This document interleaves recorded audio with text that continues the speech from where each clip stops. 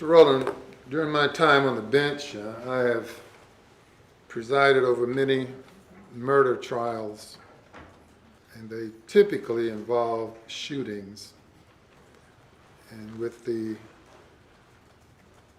what seems to be an epidemic of criminal activity now, on a monthly basis, we encounter people accused of murder, people convicted of murder.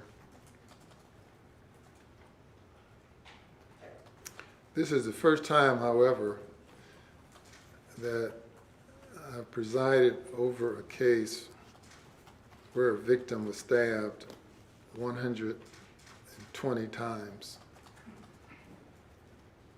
The last case I participated in, where a victim was stabbed and tortured, resulted in a jury imposing the death penalty, which in this state is defined as murder accompanied by aggravating circumstances. And certainly a kidnapping is an aggravated circumstance. And I hear a lot of mothers tell me what a good child their child is. And quite often I have to unfortunately tell those same mothers and fathers that your child was a good child. But that's when he was a child. And my heart goes out to the Rowland family, as well as the Josephson's family. My heart goes out to someone from the same part of the state that I am from. You know, you participate in sports, and at East Clarendon, I presume you played basketball against C.E. Murray, did you? My high school. So I take no joy whatsoever.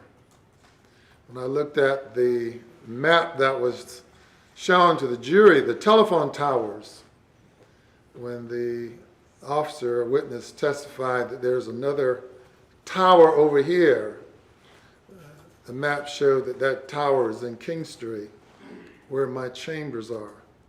So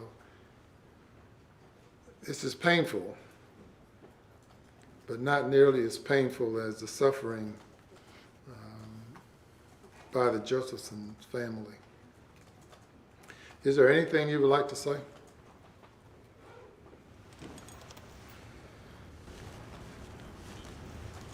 Your Honor,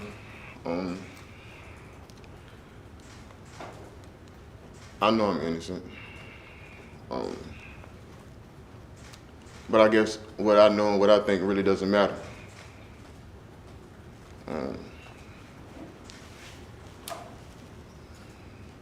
I just wish the state would have done more in finding out who the actual person was, instead of being satisfied with detaining me and proving my guilt.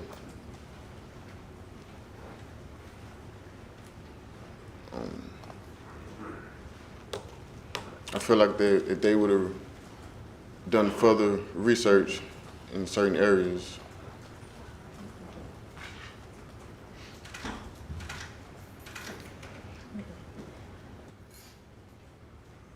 that's all I got. And I've sentenced a number of murderers,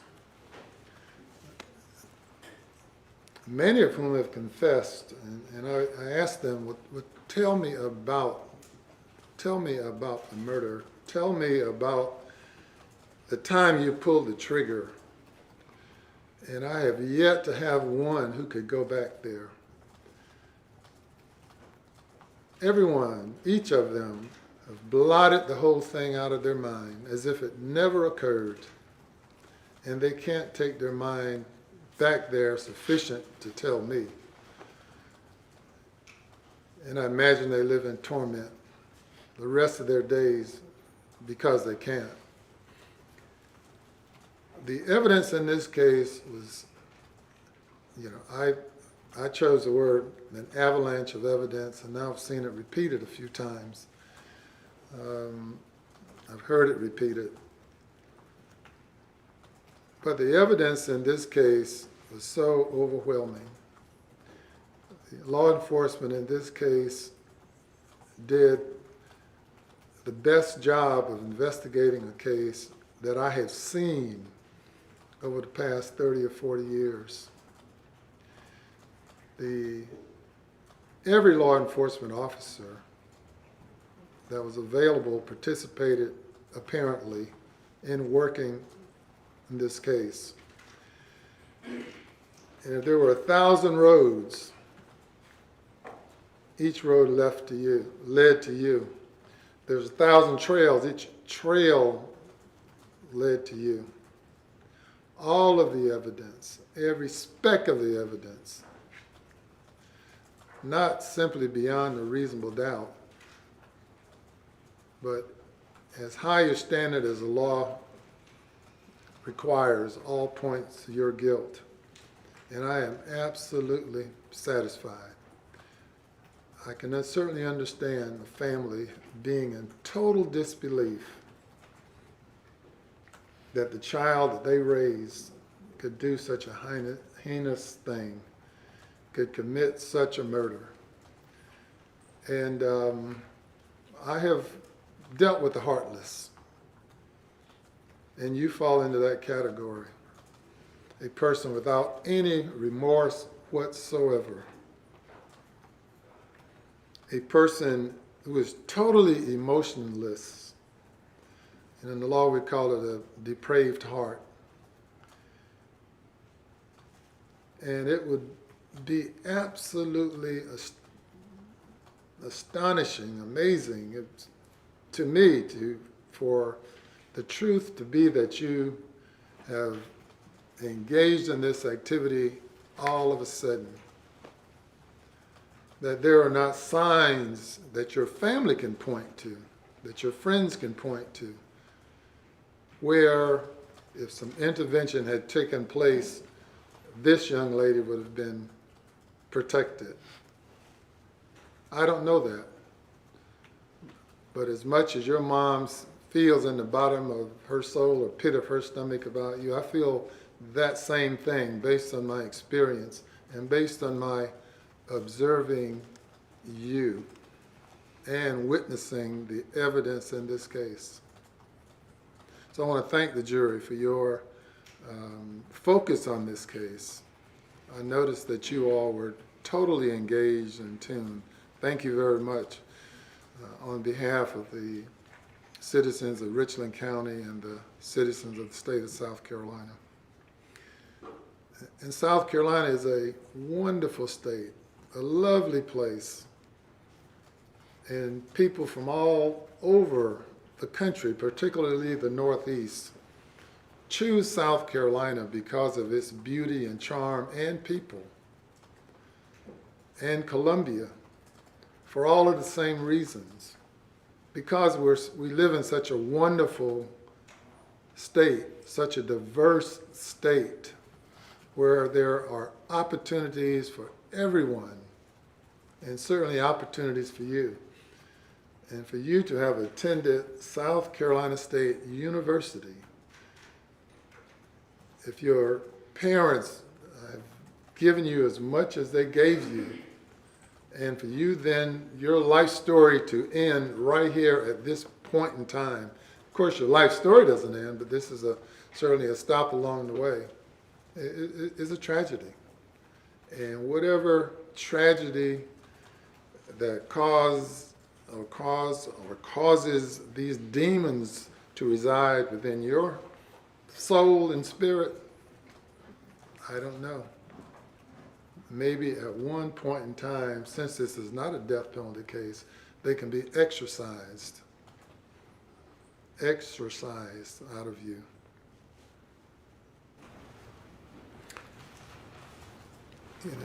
Mr. Goldberg made his closing argument and talked about, in the end, the consequences that would have had to exist in order for this not to be you.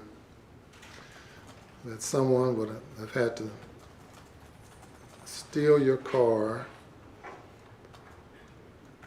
steal your car keys, kidnap Samantha, kill her with your tool, then bury her in your home territory,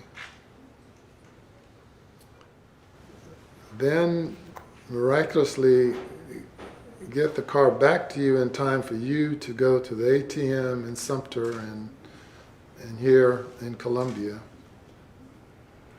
then turn over your car back to you with all the blood throughout it, all of Samantha's blood except for several teaspoons. And the story goes on and on.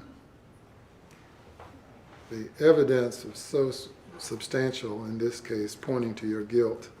And I emphasize that and re-emphasize it because of the horrific and most brutal nature of this crime. It could not be worse. It's the most severe murder that has occurred that I have been a witness to as far as presiding in court or participating in as a lawyer. And for whomever asked me for leniency, that's not part of my DNA. I have 2 daughters, one of whom sit in this seat more often than I do, and another of whom live in a city who have to encounter people on a daily basis. And I have sons. I would like to think I know my sons and my daughters very well. Certainly,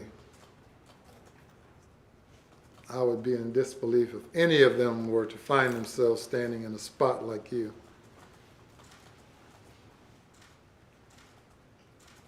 But even more so, the terror imposed on their child and the pain and grief that you've caused. She was an amazing person, an amazing human being. And the testimony is here. And she obviously put up an amazing fight against you and left a sufficient trail for the jury to see what you did. Now, you're not a dumb person. You're not an unintelligent person. You've been educated, trained, and you have a degree of intelligence. You certainly have the ability to choose a different course. But there's no perfect crime. These days, with forensic evidence, your whole 24 hours would recreate it almost minute by minute, mile by mile, digit by digit, that's led you here, and you've now been found guilty.